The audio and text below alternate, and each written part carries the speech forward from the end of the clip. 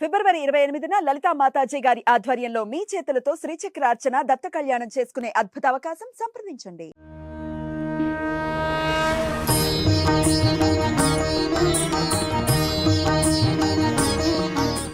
అందరం పాపాలు చేస్తామండి, కానీ అందరికీ పుణ్యం కావాలి. ఏంటి పరిస్థితి? అందరికీ నమస్కారం. శరణాగతి మార్గం కార్యక్రమానికి స్వాగతం. ఒక్కొక్కసారి తెలిసి తెలియక పొరపాటు ఒక చీమని తొక్కితే కూడా పాపం చేసినట్టే అని చెప్తారు పెద్దలు. ఇంకా ఆ లెక్కన అంత చిన్న చిన్నవి కూడా లెక్కేసుకుంటూ వెళ్తే మనం చేసిన పాపాలే ఎక్కువగా ఉంటాయి వచ్చిన పుణ్యం కంటే కూడా. కానీ ఇంకొంతమంది చెప్పేది ఏంటంటే, ఈ మధ్య కాలంలో మరీ ముఖ్యంగా కోవిడ్ తర్వాత అందరిలో ఈ భక్తి రసం ఎందుకు పెరిగిపోయింది అంటే, పాపాలు ఎక్కువైపోయినాయి. అవన్నీ ప్రక్షాళన చేసుకోవడానికి గుళ్ళకి, నదులకి, ఎక్కడ చూస్తే అక్కడ ఏ భక్తి కార్యక్రమంలో అయినా సరే గుంపులు గుంపులుగా జనాలు పాల్గొంటున్నారు. ఎందుకంటే పాపం చేసే రేట్ ఎక్కువైపోయింది కాబట్టి భక్తి కూడా పెరిగిపోయింది అంటారు. పాపం పుణ్యాన్ని పక్కన పెడితే అసలు మనస్ఫూర్తిగా ఆ పాపాన్ని ప్రక్షాళన చేసుకోవాలి అంటే ఇవాళ రోజుల్లో మార్గం ఏంటి? అమ్మని అడిగి తెలుసుకుందాం. వైష్ణవ సాంప్రదాయ ప్రచారకురాలు పద్మజ రామదాస్ గారిని.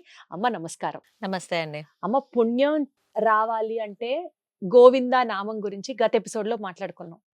సరే, పుణ్యం వస్తుంది, బానే ఉంది, కానీ పాపాలు కూడా మనం ఎక్కువగానే చేస్తూ ఉంటాం కదా.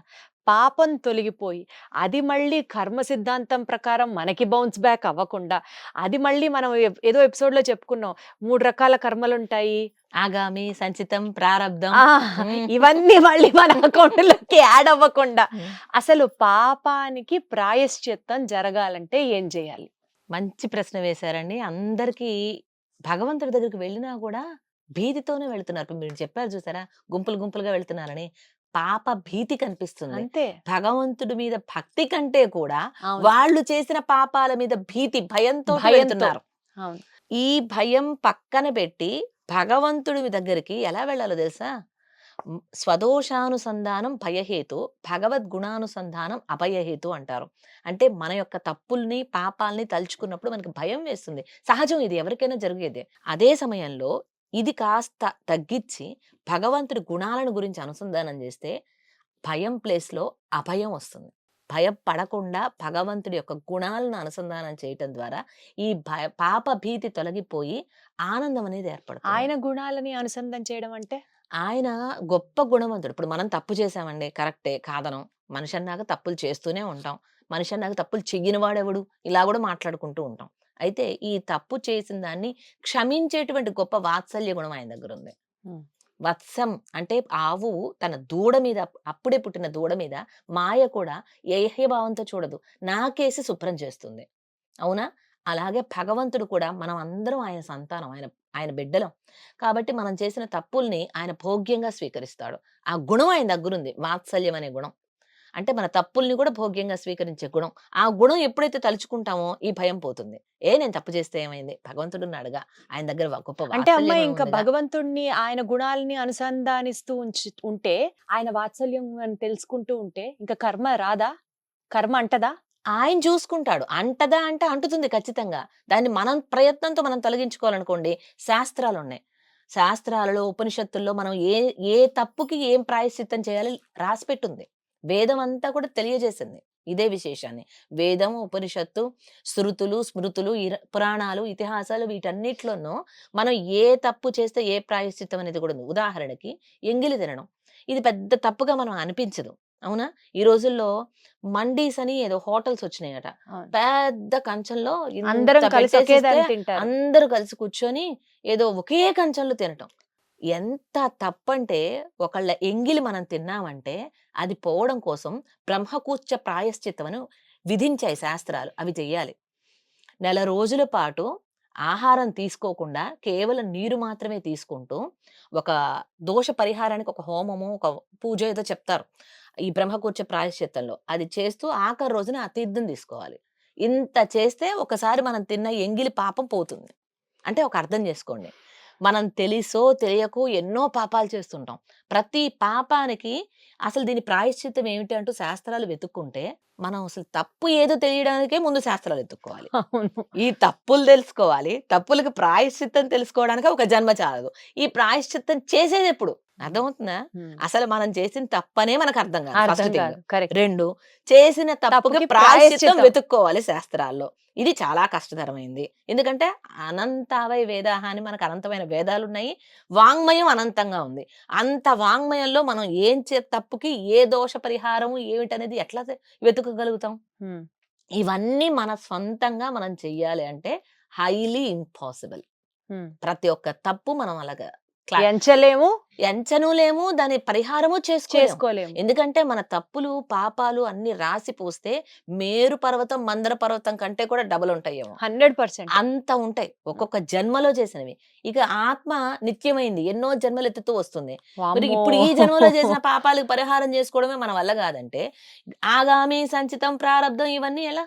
కాబట్టి ఈ పాపరాశి అంతా కూడా మనంతట మనం తొలగించుకోవాలంటే ఇంపాసిబుల్. ఇంపాసిబుల్. మరి ఏం చెయ్యాలి? ఒక్కటి చెయ్యాలి. సర్వధర్మాన్ పరిత్యజ్య మామేకం శరణం వ్రజ అహం త్వా సర్వ పాపేభ్యో మోక్షయిష్యామి మా శుచః. కృష్ణయ్యే చెప్పాడు స్వయంగా, నీ సర్వ పాపేభ్యో మోక్షయిష్యామి. ఆయన గొప్ప మంత్రమే చెప్పాడండి. నీ పాపాలు మొత్తం నేను పోగొడతాను, నువ్వేమి అడవకు, నా పాదాలు పట్టుకో, నా పాదాలే పట్టుకో, నన్నే పట్టుకో, మాం ఏకం శరణం వ్రజ. ఆయననే పట్టుకుంటే మన సకల పాపాలు ఆయన పోగొడతాడు. నన్నే అంటే మాం ఏకం, నన్ను మాత్రమే. అంటే సకల దేవతలలో ఆయన్ని పెట్టేసి అందరి దేవుళ్ళు కాళ్ళు పట్టుకున్నట్లుగా అందరితో పాటు ఈయన పట్టుకుంటే కాదు. అయ్యో. మామేకం, ఆయన్ని మాత్రమే నమ్మి మనం ఆరాధన చేస్తే, శరణాగతి చేస్తే కృష్ణయ్య తప్పకుండా మన సమస్త పాపాలు పోగొడతాడు. 100కి 200% క్లారిటీ. ఆయన్ని మాత్రమే నమ్మి ఆయన్నే శరణాగతి చేసి, శరణాగతి చేసినప్పుడు ఎలా చేయాలి? మనం చాలాసార్లు చెప్పుకున్నాం ఎగ్జాంపుల్ కూడా. ఏదైనా ఒక గవర్నమెంట్ ఆఫీస్లో ఏదైనా మనకి పని జరగాలి, ఒకళ్ళ దగ్గరికి వెళ్ళినప్పుడు వాళ్ళనే నమ్ముకుని ఉంటే, అయ్యో మనల్ని నమ్ముకుని వచ్చాడు వీడు అని వాడి పని వాళ్ళు చెయ్యాలి, వీడి పని మనం పూర్తి చేయాలి ఎలా అయినా అని వాడు సంకల్పం తీసుకొని చేస్తాడు. అలా కాకుండా మనం ప్యూన్ దగ్గర నుంచి, క్లర్క్ దగ్గర నుంచి, ఆఫీసర్ దగ్గర నుంచి, పై ఆఫీసర్ దగ్గర నుంచి అందరి దగ్గరికి వెళ్ళాం అనుకోండి, వీడు చేస్తాడులేని వాడు, వాడు చేస్తాడులేని వీడు, వీడు చేస్తాడులే వాడు, ఎవరి కాళ్ళు వదిలేస్తారు. ఏమవుతుంది వీడి పని? ఆ ఫైల్ మూవే అవ్వదు. ఎవరో ఒక్కళ్ళని పట్టుకొని కానీ బావో అందరి దేవతలు ఒకటే కదమ్మా. అందరూ ఒకటే, అందరికి అంతర్యామిగా ఉంది శ్రీమన్నారాయణుడు. ముక్కేదిరా అంటే ఇలా చూపించే బదులు డైరెక్ట్ గా అదే పట్టుకున్నాం అనుకోండి, పాపాలు పోవాలంటే నేను చెప్పేది సర్వ పాపేభ్యో మోక్షయిష్యామి. ఆయన చెప్పాడుగా స్వయంగా, చక్కగా ఆయనే స్వయంగా తన నోటితోనే చెప్పాడు, అన్ని పాపాలు నేను పోగొడతాను, నన్నే నీవు ఆశ్రయిస్తే అన్నాడు. కాబట్టి అటువంటి కృష్ణ అపరిమితమైన ఆనందం, కృష్ణ అంటేనే అంత గొప్ప ఆనందాన్ని ఇచ్చేటువంటి భగవంతుడి యొక్క పాదాలు పట్టి, స్వామి నీవే దిక్కు, నీవు తప్ప నాకు వేరెవరూ రక్షకులు లేరు, సర్వవేళలా నీవే నన్ను రక్షించాలి అంటూ మనం ఎప్పుడైతే శరణాగతి చేస్తామో, మనం కార్యక్రమాన్ని కూడా అందుకే నా పేరు పెట్టుకున్నాం, శరణాగతి మార్గం. ఎప్పుడైతే శరణాగతి చేస్తామో అన్ని తపస్సుల్లోకెల్లా శ్రేష్టమైన తపస్సు శరణాగతి. న్యాసమేషాన్ తపసాం అతిరిక్తమహు అంటారు. అన్ని తపస్సుల్లోకెల్లా ఇది గొప్ప తపస్సు. తపస్సు అంటే ఒంటికాల మీద నుంచొని చేయటము, నిండు పీకల్లోతో నీళ్లలో మునిగి చేయటం, చలికాలం అంటే మన హిమాలయ పర్వతాల్లోకి వెళ్ళి సంవత్సర కాలాల పాటు గుహల్లో ఉండి అక్కడ హిమాలయాల్లో పర్వత గుహల్లో తపస్సు చేయటం, అదే కాదు. మనం ఎక్కడ ఉంటున్నా నాకు ఏ భయం లేదు, భగవంతుడు ఉన్నాడు, కృష్ణ పరమాత్మ మనల్ని అనుగ్రహిస్తాడు అంటూ మహావిశ్వాసంతో, దృఢ అత్యవసాయంతో మనం ఆ స్వామికి శరణాగతి చేసి ఆయన పాదాలు పట్టుకున్నామంటే నచ్యుతః అచ్యుతః. ఒక్కసారి పట్టుకుంటే ఆయన వదలడు. కాబట్టి మన పాపాలన్నీ ఆయనే పోగొడతాడు. బెస్ట్ మార్గం ఏమిటి అంటే మన పాపాలన్నీ పోవాలంటే కృష్ణయ్యని ఆశ్రయించడం, అంతే. కృష్ణయ్య అంటే ఆయనే గోవిందుడు, ఆయనే వెంకటేశ్వర స్వామి, ఆయనే ఆయనే. శ్రీనివాసుడు, అంతా ఆయనే. కాబట్టి ఆ శ్రీమన్నారాయణమూర్తి యొక్క శ్రీపాదాలు పట్టి ఆశ్రయించి శరణాగతి చేసి ఆయన్ని నమ్ముకుంటే మనం చేసే పని నేను చేస్తున్నాను, ఈ పని వల్ల వచ్చే ఆనందం నాది, ఈ పని వల్ల వచ్చే ఫలితం నాది అని మనం ఒకసారి చెప్పుకున్నాం. రెస్పాన్సిబిలిటీగా చేయకూడదు, డ్యూటీగా చేయాలి. చేసే పని డ్యూటీగా చేస్తే దానివల్ల వచ్చేటువంటి ప్రాఫిట్ లాస్ మనకు అంటవు. డ్యూటీ ఎప్పుడు చేసి వదిలేసేయటమే, పైన భగవంతుడు చూసుకుంటాడు. అప్పుడు ఆ కర్మ యొక్క ఫలం కూడా మనకు అంటదు. కర్మ యొక్క ఫలం అంటదంటున్నారా? కర్మ యొక్క ఫలం తగ్గించి మన దాకా వస్తుంది అంటున్నారా? కర్మ ఫలితమే మనకు అంటదు. నేను చేస్తున్నాను, ఈ పని నేను చేయటం వల్లే అయ్యింది, ఈ పని చేయటం వల్ల వచ్చే ఆనందం నాది, ఈ పని చేయటం వల్ల వచ్చేటువంటి ప్రాఫిట్ లాభం నాది అనుకొని చేశామంటే అది ఖచ్చితంగా మనకి పుణ్యంగా గాని అంటే మనం చేసేది మంచి పని అని శాస్త్ర ప్రకారంగా ఉంటే అది మంచి, శాస్త్ర ప్రకారంగా లేకపోతే చెడు. దాని యొక్క పుణ్యం పాపం మనకు వచ్చేస్తాయి. నేను కాదు చేసేది, భగవంతుడు ఈ శరీరంతో చేయిస్తున్నాడు. ఈ ఒక్క భావన ఎప్పుడు ఉండాలండి. ఇది ఉన్నది అంటే ఆ పని చేయటం వల్ల వచ్చే పుణ్యం గాని పాపం గాని మనకు అంటాం. మనకే అంటనప్పుడు ఇంకా అసలు దానికి పరిహారం దానికి- ఎక్కడి నుంచి వస్తుంది? అవును. అవునా? చేసేది మనం కాదు కదా, భగవంతుడు మన నుంచి చేయిస్తున్నాడు. ఇది ఒక్కటి గుర్తుపెట్టుకోవాలి ఎప్పుడు కూడా మనం. అర్థం అయినట్టే ఉంది. చాలా సింపుల్ గా ఉంది. కానీ భావం ఆచరించడం చాలా కష్టం. లోతుగా ఉంది. ఆచరించడం చాలా కష్టం. అసలు ఫస్ట్ అది రైటా రాంగా అన్నది పక్కన పెట్టాలి. బికాజ్ మనకు తెలియదు కాబట్టి. కానీ ఏ పని చేసినా రైట్ అనుకునే చేస్తాం కాబట్టి ఆ భగవంతుడే మన చేత చేయిస్తున్నాడు అన్న భావన చెయ్యాలి.